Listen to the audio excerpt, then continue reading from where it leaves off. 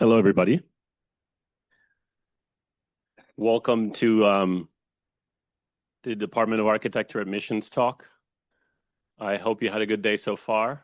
This maybe is an opportunity for you to sit down and relax. I know that outside it's pretty crowded and busy.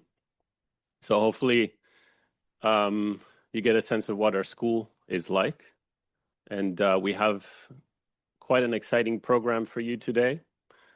Some of you may have joined and signed up for the guided tours. I believe one of them has already taken place. There's 3 other ones taking place in the afternoon.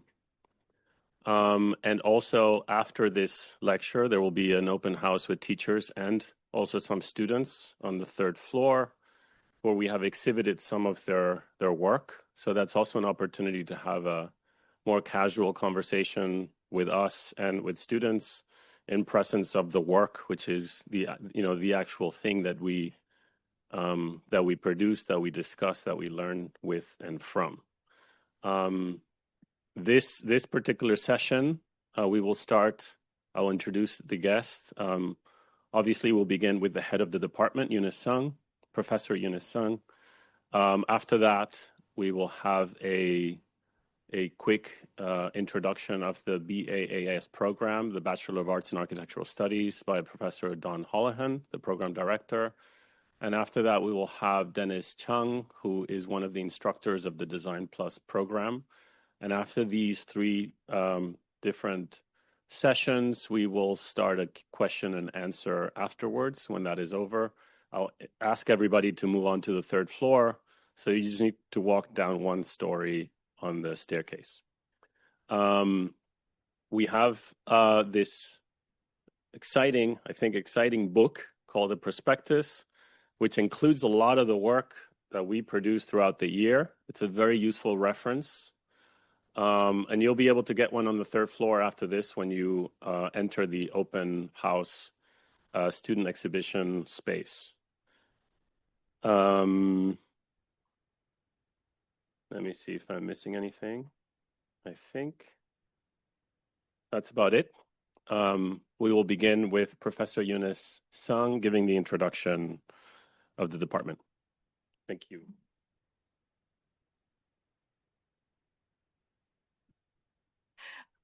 Well, good morning.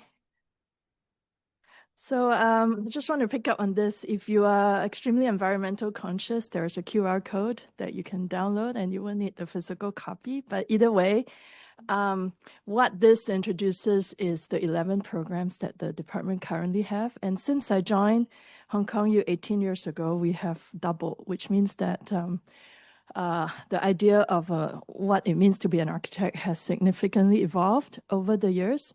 And we would call that a kind of expanded notion of an architect. And that's why I started with this particular photograph. In 1976, the dean and head of the department at that time, Eric Lai, had invited this figure called Buckminster Fuller. If you try to describe who he is, it's complicated because he wasn't exactly an architect. He is described as engineer, innovator. He's described in many things, but he also works on architecture. He works on design. If anything, he's definitely a designer, but he's also an engineer. He's been described as a scientist, technologist, many ways. But one thing that why was he in Hong Kong U in 1976? It was an interesting moment because after 76, we also see the growth of other new departments that grew up. So currently, the Faculty of Architecture has 3 departments. We are celebrating this year our 75th year anniversary. Our first cohort graduated in 1955. They entered in 1950. If you look at what was happening in Hong Kong and the region in 1950, basically it tells you that we are right in the context of where things are happening. So what this means is that a school of architecture needs to be very conscious of the space and place in which it is in, as well as the culture of practice, the culture of the environment, definitely the region. Because in the 50s to the 70s, Hong Kong was positioned in a really interesting interesting is a very generous word, of course, nexus of global north and south, as we will call it. So it was relating very much to this new consolidation called Southeast Asia, which is a very new idea and at that time, as well as the broader Asian definition identity. So with that, I just want to kind of then, so this is quite autobiographical as well, because when I finished my 4-year, let's say 5-year service with the architectural office that I was working in New York to set up my own practice, I was given this very thick volume called Your Private Sky. And I asked my then boss, why did you give me this? He said, because I think what you've been doing all these 5 years is exactly that. An architect who, in practice, who basically does not think of architecture as a narrow only field, but really rise up to the calling of what architects are meant to be. So we are meant to be proactive. Our first and foremost endeavor is to improve the environment and the society in whatever it is we're doing. With that, we have architectural design, landscape conservation. We have BAAS, which Don will speak more on. But we also have BAAS is our amazing. It's my, how do I say, I have huge love for BAAS because I think all of you here, it's a very special, of course, all our undergraduate program in the department are amazing, but it really set the tone. It's the first part of a 2-part professional degree that is very well located because we have reciprocity with the UK system and the Commonwealth system, which means that with a Hong Kong U, BAAS, and if you want to continue into the master's to get a full sort of 2-part professional training, this is a very, very good moment and the right place. So how's that for a pitch? So I'm going to continue explaining why. So if you it really, one of the things that we train you, amongst the other things, we have, and Don will show you the different components of what it means to train to be an architect. We all have friends from all across various disciplines. And if you ask them, many of those who have architecture BAAS degree, many went on to continue an architecture degree, but those who didn't, for example, I have a really good friend who's a film director, does very, very award-winning films. And he said that he would never, even though he is not practicing full-time anymore as an architect, he would never, if he were to go back, he will still do his BAAS because it is the most holistic, rigorous training. And that, I think we have enough evidence to prove that. So you're in good hands if you are part of this. And we have a very robust team. So I'm going to take you from the top down. If you... what we want to train as speaking directly to BAAS is to offer a critical toolkit that has technical tools, but also critical analysis tools. That means when we look at something like this, do we go like, okay, that's a skyline? What are the kind of questions we raise when we look at a city like this? Do we look at, do we ask questions of the environment? Of density, and if so, what kind of questions do we ask? Because the future architect has more than ever now with AI and so on, has to be the one driving questions. And we have to ask good and right questions. And this is what we're committed to do in BAAS.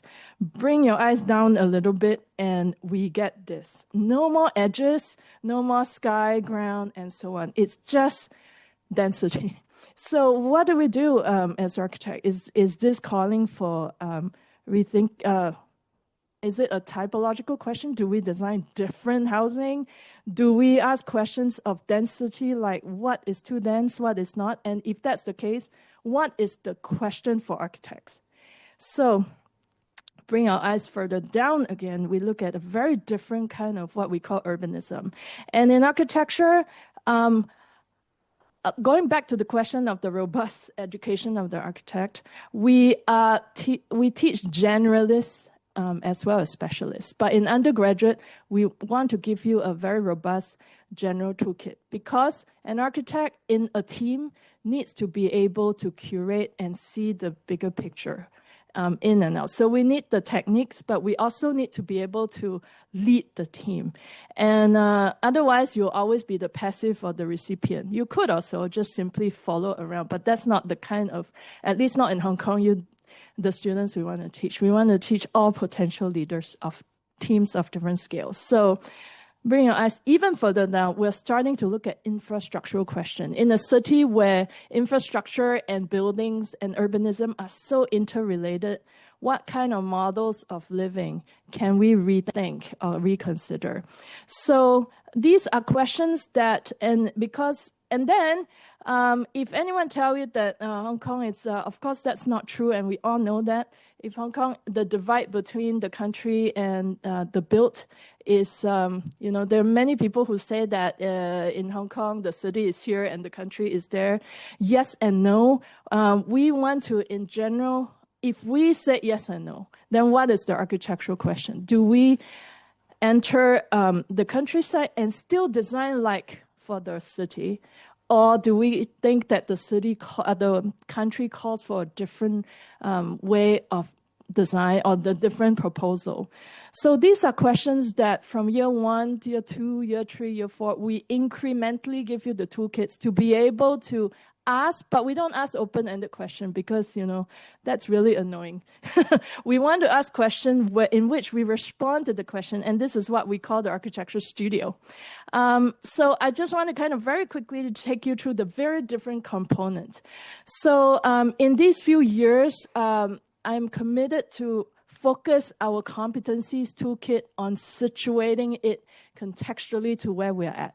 This doesn't mean that when we deal with questions that are urgent to Hong Kong, we are not aware of the global, because the fact is that every unit and every geography in the world is extremely interconnected, and Hong Kong especially.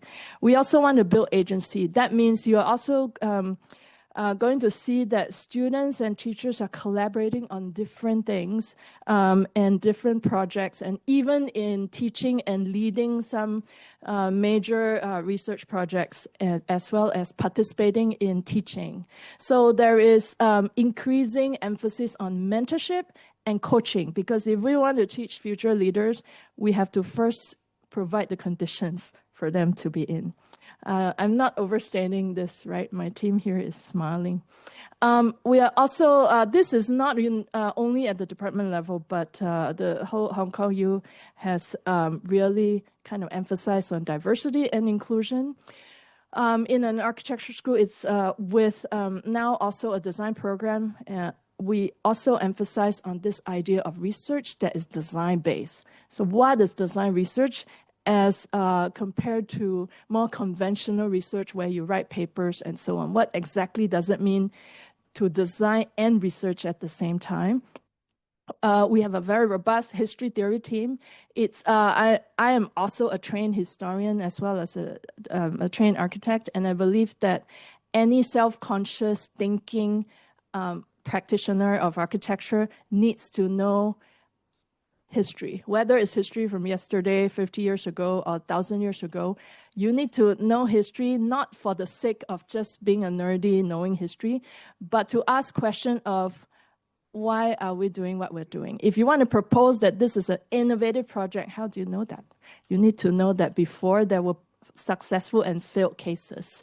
So we also emphasize, because this is Hong Kong, an important unit in our curriculum is urbanization and habitation, which literally deals with all aspects of housing. Because the urban fabric is over 80% housing, so it's impossible to talk about the urban or the city without dealing with how we live.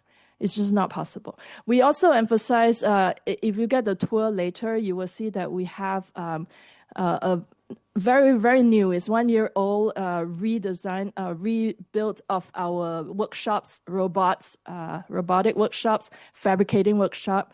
And we have different media labs that train you up to be ready for the evolving technologies that we're, that's already in our midst. And that is a little bit differentiated from technology unit in our course, which focuses, in this case, much more into building technology. So all the aspects you need to know, from construction, structures, HVAC, mechanical. We don't need to know it like the engineers do, but we need to know it in the sense as what I mentioned earlier, so that you're able to have the meaningful conversations with engineer and not just simply say, well, okay, we'll leave it to them, because that would just, at least that's not how we would train our students. And finally, there is an aspect, because it's a professional program in the curriculum, that there is practice and management. I'm going to leave this whole part on BAS to Dawn, but so actually I'm going to flip very fast because Dawn will take you through year 1 to year 4. I want to kind of, and Dawn will tell more about how we design year 1, year 4. It's really a very exciting time, I think. I want to kind of end with all the other things, the platforms that we provide in order to shore up and build a scaffold around your curricular learning.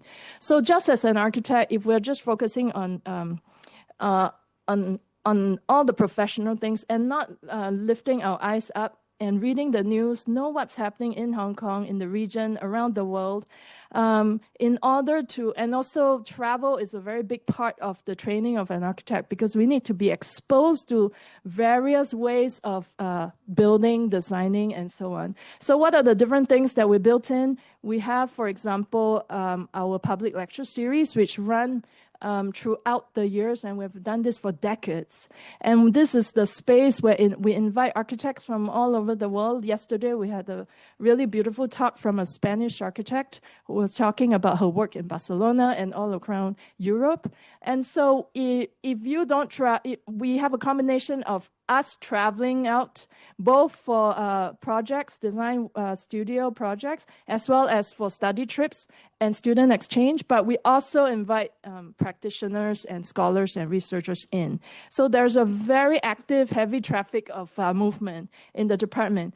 In terms of, but lectures are one way. Like right now, you're not able to discuss with me. So we also introduce discussion series so that those are more roundtable, issue-based, so that we can start raising issues. And these are issues that pertain to society, but mostly directly to center architecture. How do we discuss, say, for example, I pull out a few here, construction and labor in Hong Kong. How do architects discuss that? We invite different expertise outside of architecture. So the thing is to learn how architects can participate in conversations where not always we are the expert, but then how do we discuss with other experts in order to participate in the built environment.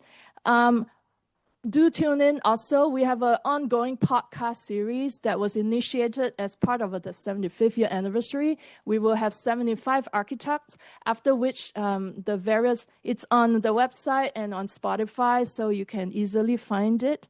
And we have already, as of yesterday, 37 episodes. And these are various professors, as well as alumni, as well as visiting experts who will share their reflections, very personal reflections, as well as professional reflections on the work they're doing. Our dean has just joined us.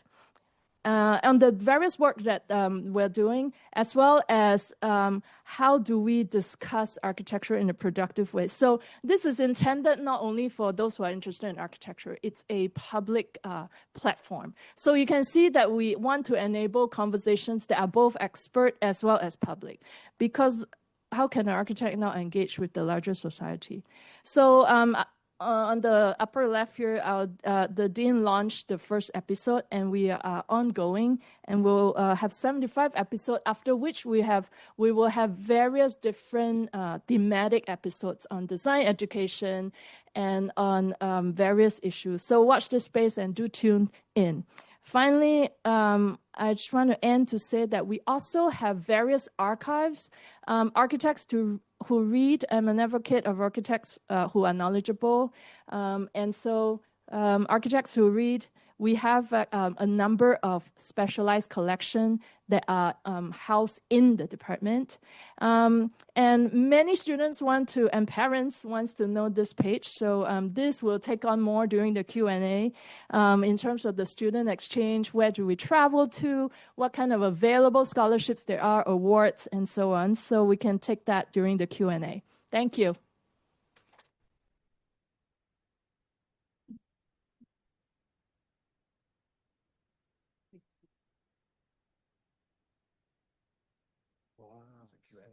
No, it's me first, I think.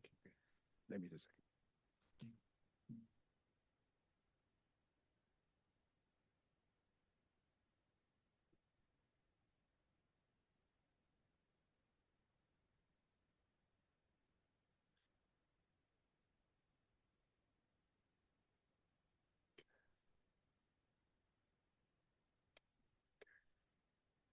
second. Yeah.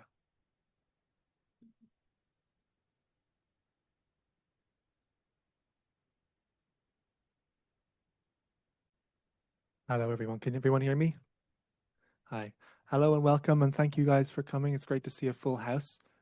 Thank you to Eunice for the introduction, and thank you to Roberto, who is our admissions tutor, who has organized this whole day. So much appreciated. Okay, so to begin, BAS. If it's okay with you guys, I'd like to begin with this brief meditation of change. So this year, as Eunice mentioned, marks our 75th anniversary. So the 75th year of practicing architecture in Hong Kong.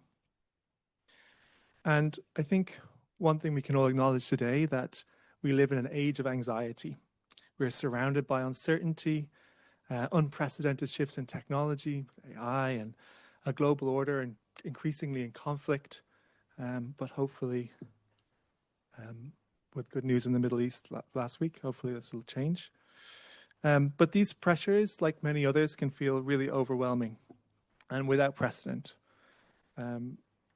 This is a satellite image taken from the recent forest fires in North America, and so vast that they can seen from space, and they kind of paint a picture of climate change and environmental degradation, ecological collapse. And again, it feels like a moment that's completely unprecedented in time, with struggles and challenges that we need to face. But I'd like to say that this moment in time is not unprecedented. This image shows another crisis, Berlin after the war in 1945. A city devastated by years of conflict, a threshold, a great challenge, an uncertain future. But what I think this image demonstrates, in the one preceding, is that every decade, every era has its own challenges. But what potentially has changed in our time is that our relationship or perception of that risk or challenge, and the feeling that it's existential. And I don't want to at all diminish the urgency or validity of the crisis that we face today, but I want to put forward the case that this uncertainty, this urgency, and this great need is precisely what what makes architecture so important, so exciting, so interesting. Architecture has always responded to the crisis of its time, but at its heart, it's about looking forward, about projecting possibilities, and giving new and positive form to uncertain futures. It is, at its core, inherently optimistic. We are optimists. And we insist that we can build something greater than what came before us. On the screen behind me, for example, is just a small fraction, very, very small fraction of undergraduate work over the last few years, where students who have traveled with their tutors to spaces in developing regions, to China, we're here in Mongolia, Nepal, and other places, and also in Hong Kong, seeking ways of building that better future, engaging with communities and systems which are different from our own. And this year, for example, our year one students, which you'll see next door, traveled to Indonesia, to Jakarta, again, a place immersed in conflict at the moment, but looking for new ways or new futures. It's this opportunity within change, the chance to transform anxiety into possibility, into action, that lies at the heart of the BAS program. If you choose to study with us, you will encounter a framework that is deliberately broad, that is fast, and it's responsive. It reacts to what's going on around us. It's attuned to what's happening in Hong Kong, but very importantly, it also is attuned to what's happening across the world. And we have many ongoing and active projects and exchanges across the world. We seek broader connections, and our center here is Hong Kong and the region, as Eunice described. But we travel widely, and in your third year of the program, you'll have a chance to take part in an extended exchange at some of the world's leading centers of architecture and thought in the built environment. These include schools in London and Vienna, Paris and Madrid. And in the US, you can travel to New York, to Berkeley, to Michigan, and as well as Singapore and closer to home. And these exchanges, these partnerships, they shift and they change each year, but the quality remains the same and the urgency and relevance remains the same. You can get a taste of the exchange on the fourth floor. So as you approached this hall, you can see, I think, on the third floor, a lot of what's happening. Okay, so as Eunice mentioned, architecture is a studio-based discipline. So you will spend your time in places like this, or spaces like this, working alongside or with your teachers and other students. Our studios are dynamic spaces. They're spaces that foster creativity, collaboration, and hands-on learning. Here you will gain experience working in a simulated professional environment that encourages both your independence as a designer and thinker, but also encourages teamwork. So good news, the evaluation is very likely different to what you've experienced in high school or your education so far. There will be fewer written exams, and if you choose correctly, no written exams. But instead, that is replaced by a critical process known as the review, where at the end of each connected phase, you will come up for air, so to speak, and present your work to a panel of experts from the region, from external, and within our own staff as well. So it's a 4-year program, and year 1 begins with the basics, with the fundamental, with your own body. It begins with the senses and our relationship to space. Here you'll learn the foundational, visual, digital communication skills, includes freehand drawing, model making, photography, and digital representation. It introduces the fundamental language of architecture, as I said. Year 2 is about building, about construction, where you get your hands dirty for the first time. You establish strong foundations in the areas of construction, of detail tectonics, building systems, environmental systems. You'll move beyond the sort of conceptual into things which are more connected to the built environment in general. And this will set you up with the basic skills to sort of approach more complex design challenges.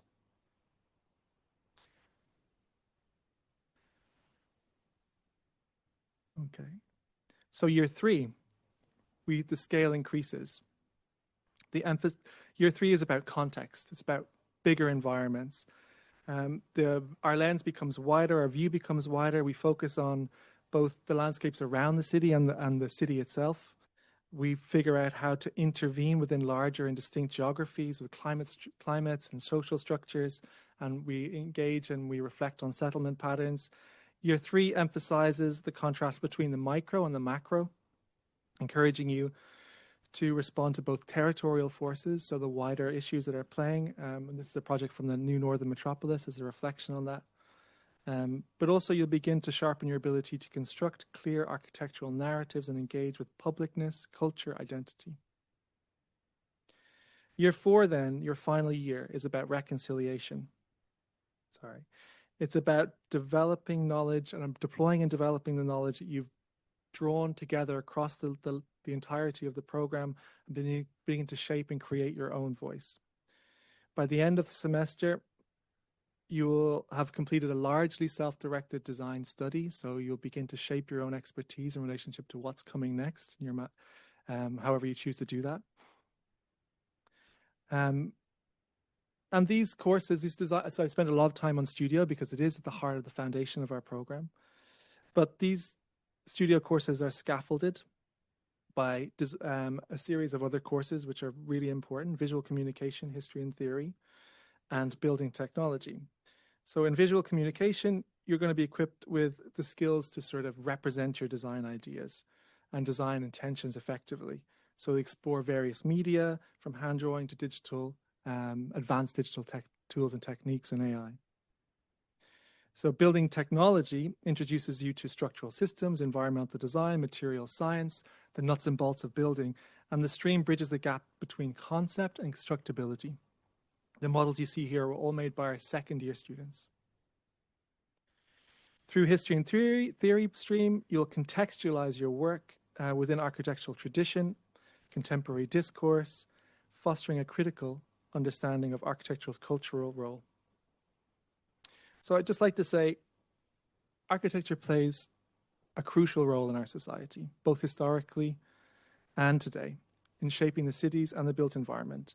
If we were to describe it in terms of its assets, the built environment is valued at over $600 trillion and is the single greatest store of wealth that we have as a global community. The industries directly tied to it, so construction and infrastructure alone, produce more than $11 trillion of output and account for 13% of global GDP. It is the largest industry on the planet.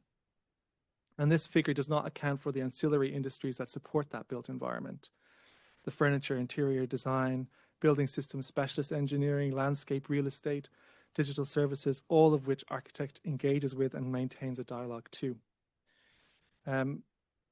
We want you to learn not only specific skills, but also the art of learning new skills quickly, to take what you need to shape it and apply it in new contexts. And our undergraduate program reflects this. We move from everything from on-site surveys, engaging with communities, to really in-depth investigations into digital fabrication, robotics, construction, and everything in between.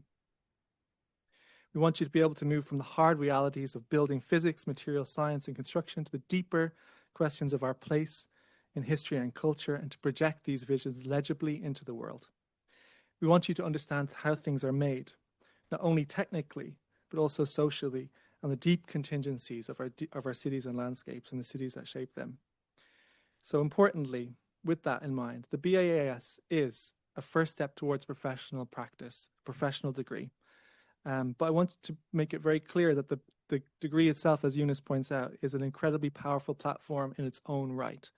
So many of our graduates use this platform to transfer their knowledge into new domains, expanding the role of architecture into education and unexpected territories. And this is just a short list of what is a much longer one, where our students have sort of taken their BAS degree and moved into other fields or adjacent fields. So just to reiterate maybe some of the slides that Eunice put forward, but I'd like to say architecture at HKU is more than just a course. It's really, it's a community of people. And each year we organize the spring and lecture series. We invite leading figures from all over the world to discuss, and we are one of the top international schools of architecture. We host regular public discussions and, importantly, exhibitions in the city. We maintained, or had maintained recently, a dedicated exhibition space in PMQ in the center of the city, and that exhibition will be moving this year, but that desire or that commitment to exhibiting the work of students and engaging in the city and the discourse is central. So our staff are highly active in the field. We publish, we exhibit, we help share architectural discourse in the city. We also arrange film screenings, as I said. And I think there's a number of events, including the Alumni Social, which I think we can extend an invitation to anyone who's interested in the course, which is coming up, and events like this. So we really do hope you'll join our community of optimism, of learning, of making, of curiosity.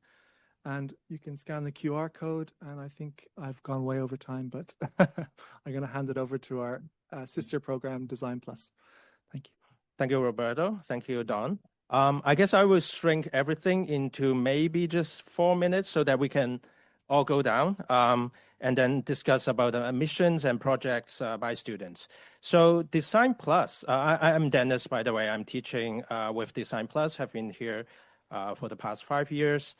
Design Plus is a little bit different. It's a bachelor of 4 years, and then we are taking on wide spectrum of problems. In terms of arts and science, we have training from the both sides.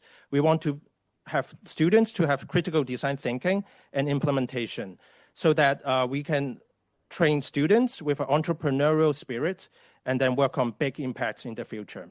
So basically, the BASC Design Plus prepares students to be innovators and creative leaders, training them to capitalize on their creative abilities and entrepreneurial endeavors. We work with the UN 17 goals, and because Hong Kong is strategically situated near to Shenzhen, we are actually having a great need for design industries, solving problems, such as here showing a mycelium project working on sustainable packaging, green interior green plantations, and then recycle PET on products that are having a problem in the industry, but then we are providing solutions. We are also working with a lot of the UI UX designs that has been transforming throughout the years.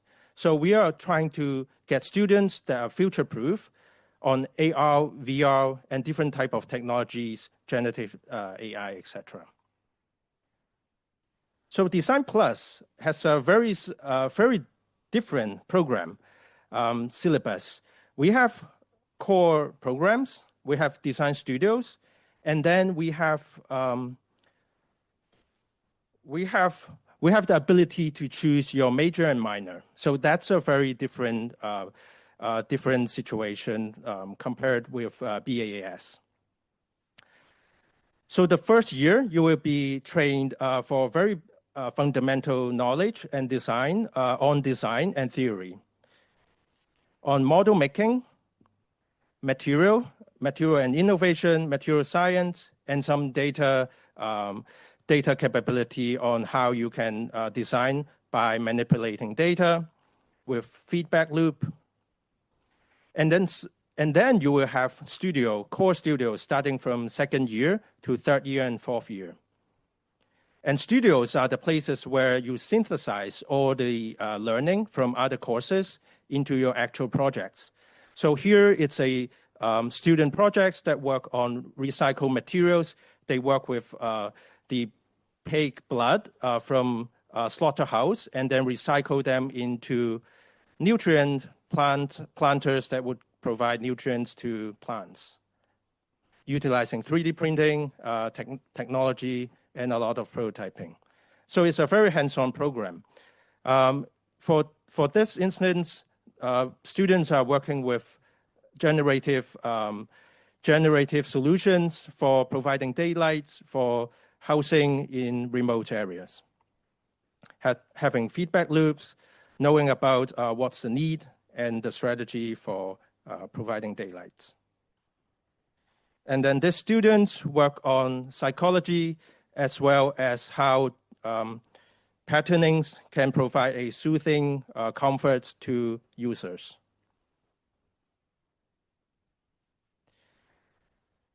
So the difference between Design Plus with BAS is the ability to have common core as well as a lot of elective courses. That if you are aware of what you want to do and explore in the program, you can have the flexibility to work on majoring and minoring in other courses. So majoring means that you will have at least 72 credits for certain subjects, and then for minoring, you will have at least 36. So for the past few years, we have students majoring in architecture studies, computer science, psychology, and also minoring in other areas as well. And then at the very final year, you will have a capstone project that synthesizes all the learning and also your theory and your study at the final capstone project. Here is student Winnie. She was interested in helping the visual impaired to work on a goggle that has haptic feedback and also generative AI, understanding how the vision, what the users is experiencing, and then learning throughout the process, giving feedback to the user. And her project was granted a design trust funding to continue to work on. So it's always about students' ambition, and then also giving the platform for them to study and then to carry out and execute projects afterwards. And then we have exchange programs that connects with different parts of the world. And so far, we have 20 countries' students coming from all over the world, also in China and also in Hong Kong. So we are a very big, wide mix of students having conversations and also projects together. So I'm happy to talk and discuss with you more later on third floor. I know we have to start at 11:45, so let's, if there isn't any more, we can all move on to third floor, and then there will be students talking to you on their projects, and also teachers and faculties. Thank you so much.